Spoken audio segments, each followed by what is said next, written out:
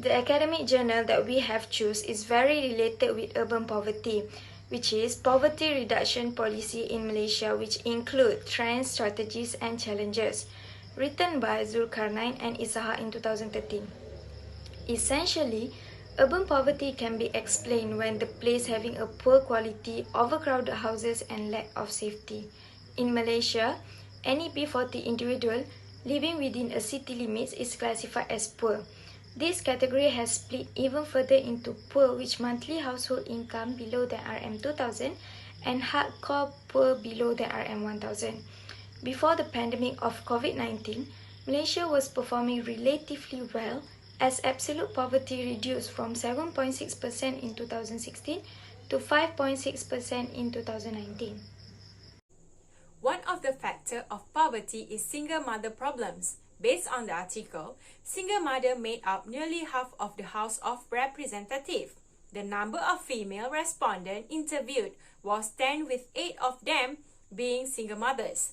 Being a single mother is quite difficult since they have to take care of their children's needs without a husband. They are particularly at risk for poverty because of their health issues and poor level of education. As a result, they have a difficult time finding a job and make inadequate incomes. Additionally, one of them admitted to have engaged in self-prostitution to fund her children's needs. This demonstrates how poverty affects not only the economic but also social aspects of life. It is understandable why impoverished women are trapped in a cycle of poverty since they are unable to meet their family's basic necessities.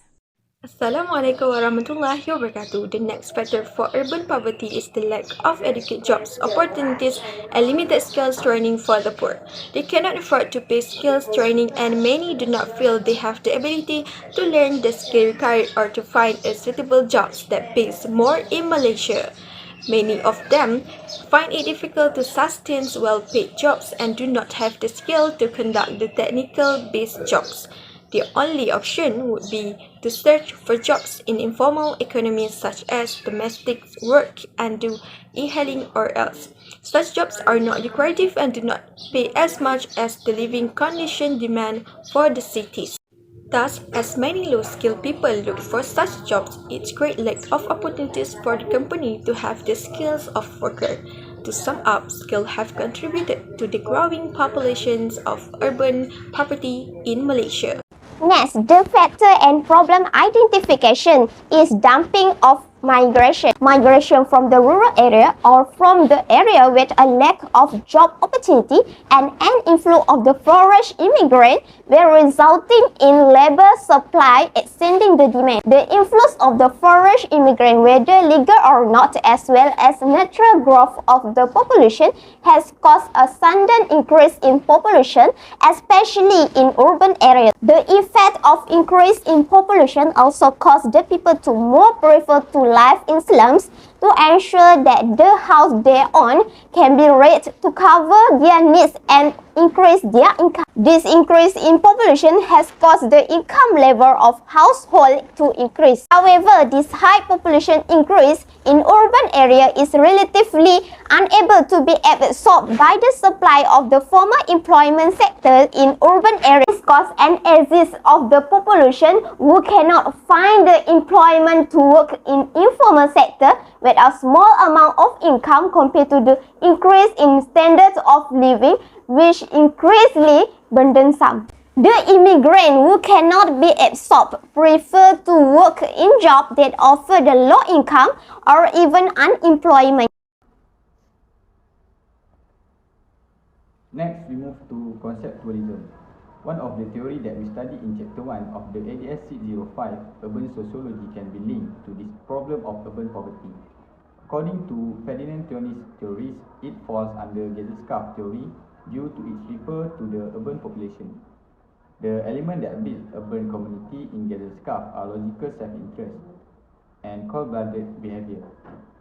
In modern culture, Interpersonal relationships are more rationally built for purpose of efficiency or for the other political economic consideration. To put it simply, urban community are such selfish, do not form strong social bond with one another. The only they think about how can they benefit themselves, as there are not many people willing to help vulnerable people such as a single mother to get out from poverty. First solution in terms of single mother problem is affordable housing. Lack of affordable housing is a significant issue for single mothers in urban areas. Government and local authorities should prioritize the development of affordable housing options, including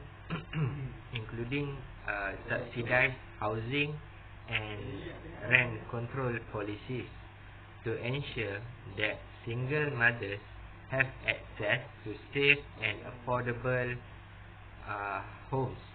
As we know, most of single mother in Malaysia did not work or did not have sufficient salary to buy a house that range nowadays around 300,000. This is why it is need intervention from government to make affordable housing. Assalamualaikum warahmatullahi wabarakatuh. So, the next point of the solution to reduce urban poverty is skill development program.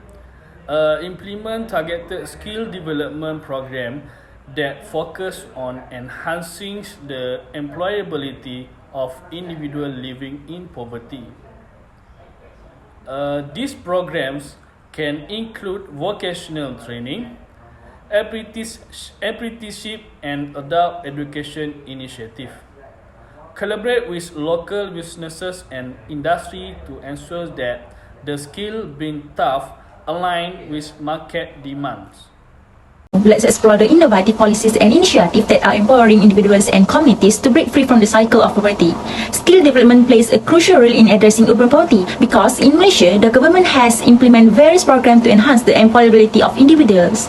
One notable initiative is the Technical and Vocational Education and Training, which we call TVET programs. This program offered by institutions like the Department of Skill Development and the Technical and Vocational Education Division that provide practical skill and industry-specific training to individuals. So, by equipping them with relevant skill, TVET program will enhance their employability in sectors such as manufacturing, hospitality, and automotive industries. However, through this solution, the Malaysian approach to urban poverty reduction through job creation and skill development is a testament to its commitment and building a more equitable society. So, by creating employment opportunities, offering skill training, and providing care guidance, the government is empowering individuals and communities to break free from the poverty grip. Poverty reduction policies play a crucial role in addressing socioeconomic disparities, improving living conditions, and promoting inclusive growth. Here are some key values that guide effective poverty reduction policies. Equity poverty reduction policies should prioritize equity by ensuring fair distribution of resources and opportunities. They should aim to reduce inequalities and ensure that the most vulnerable population has access to essential service, education, healthcare, economic, and opportunity. Next is human dignity. Poverty reduction efforts should recognize the inherent dignity of all individuals. Policies should focus on improving people living in poverty, respecting their rights and promoting their well-being. This includes providing them with access to quality education, healthcare, clean water, and sanitation. Thank you.